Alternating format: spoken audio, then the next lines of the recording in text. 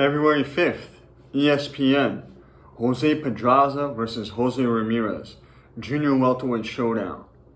But before I get into anything, I want to please subscribe, especially if you enjoy my content, and thank you for supporting and coming to my channel. Now, let's get on with this Junior Welterweight Showdown. And if you hear some background noise, sorry about that. We just gotta deal with it for today's video. It won't be too bad, I promise. Now, let's start with Jose Pedraza first. Jose Pedraza, in my opinion, is probably one of the most underrated fighters in the modern game right now. When we often talk about, top-notch fighters at 135, 140, 130 over the past few years, we rarely mention his name. But I want to say and reiterate that Jose Pedraza is very well could be a Hall of Famer once his career is said and done. You're talking about a guy who was a legitimate champion at 130 when he held the IBF strap. And then he successfully moved up to 135. I believe he won a title there as well and fought a unification fight with Lomachenko. Ended up losing that fight and then moved up to 140. And now he's doing his thing at 140, coming off a fantastic win against undefeated prospect or / contender Julian Ramirez, I believe his name is, the kid from Jersey. Now, he's coming off of that great win. Style-wise, Jose he's a sniper. He's what his nickname suggests. He is a switch hitter. He could switch stances, and he works off the jab and mainly throws and sticks with straight punches. Even though when his opponents get close, he has excellent uppercuts. He has some of the best uppercuts on the inside in the modern game, which is also never talked about. So look out for the uppercuts on the inside and look out for the straight punches, the jab and the straight right, or depending on what stance he's in, the straight left or the right jab. So he's a switch hitter. He's slick. He's got finesse. And above all, he's got accuracy. That's why he's the sniper. He's one of the most accurate punchers in the modern game right now. With that said, I believe, I don't know how big he is exactly, but he's definitely going to be the smaller guy coming into this fight. I'm going to guess, I'm pretty good with this kind of stuff usually, and I'm going to guess that Jose is around 5'7", 5'8", His reach, I'm not sure, but he seems to be pretty good for the height that he has. His reach has never been a deficit for him.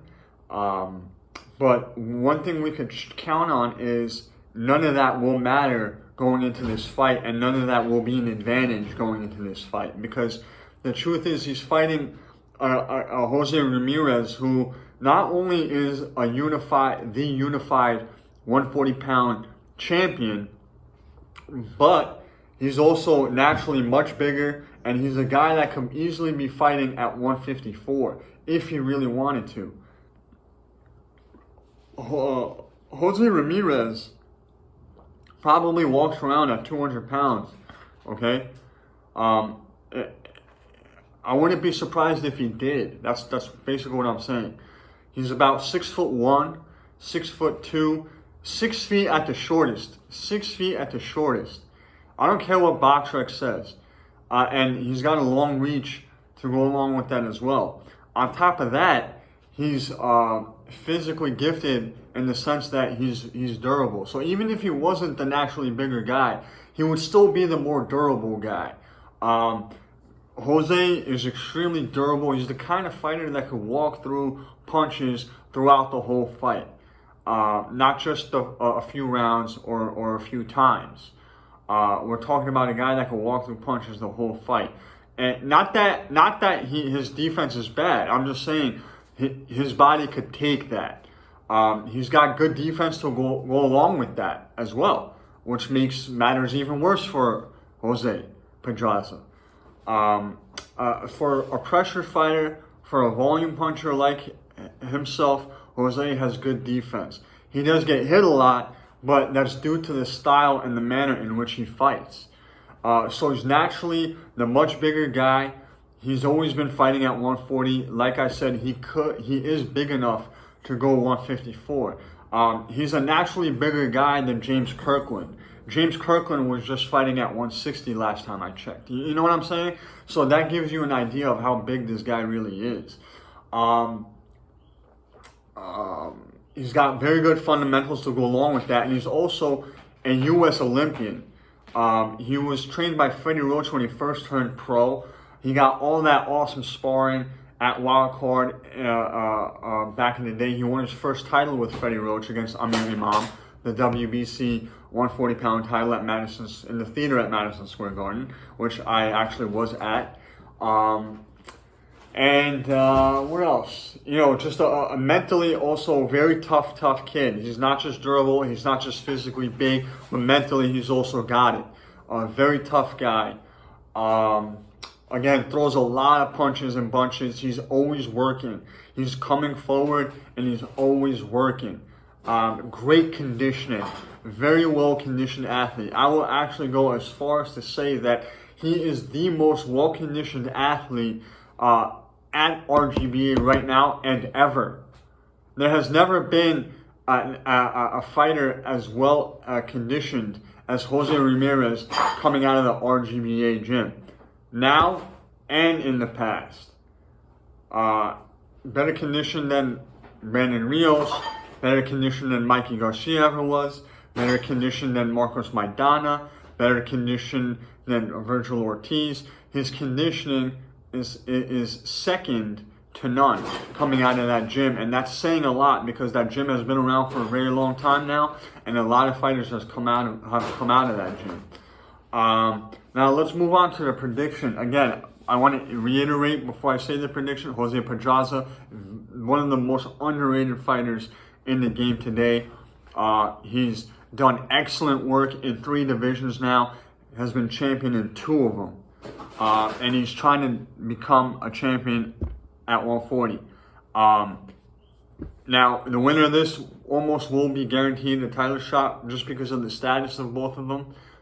They're both in the top 5 junior welterweights in the world, in my opinion. And both deserve a title shot. If the winner would deserve a title shot and would be ranked very high in, I believe, almost any of the sanctioning bodies. That's just what makes sense. But then again, a lot of those sanctioning bodies do things that don't make sense. So what the fuck do I know? Whatever. So on to the prediction. I believe Jose Ramirez will win this fight for sure. And he might actually end up stopping him in the later rounds. When I say later rounds, I mean 8 and after. So 8 and later. I believe he will probably most likely get some sort of TKO. But then again, if it goes the whole distance, I will not be surprised. Jose Pedraza is a very good fighter. I just believe he's severely undersized in this fight. And when it comes to the physical attributes, he's very much lacking. However, his skills and his abilities will keep him afloat and will make the fight competitive, especially in the beginning. But as the fight goes on and on and on, the advantage will go more and more towards the favor of Jose Ramirez. And I believe he will be the victor. And I do think that he will get a stoppage later in the fight. Again, if he doesn't, it will not surprise me because Jose Pedraza is a very good fighter. But sorry about that. Nevertheless, that's my prediction, folks. There you have it. God bless, and I'll see you guys soon. Peace.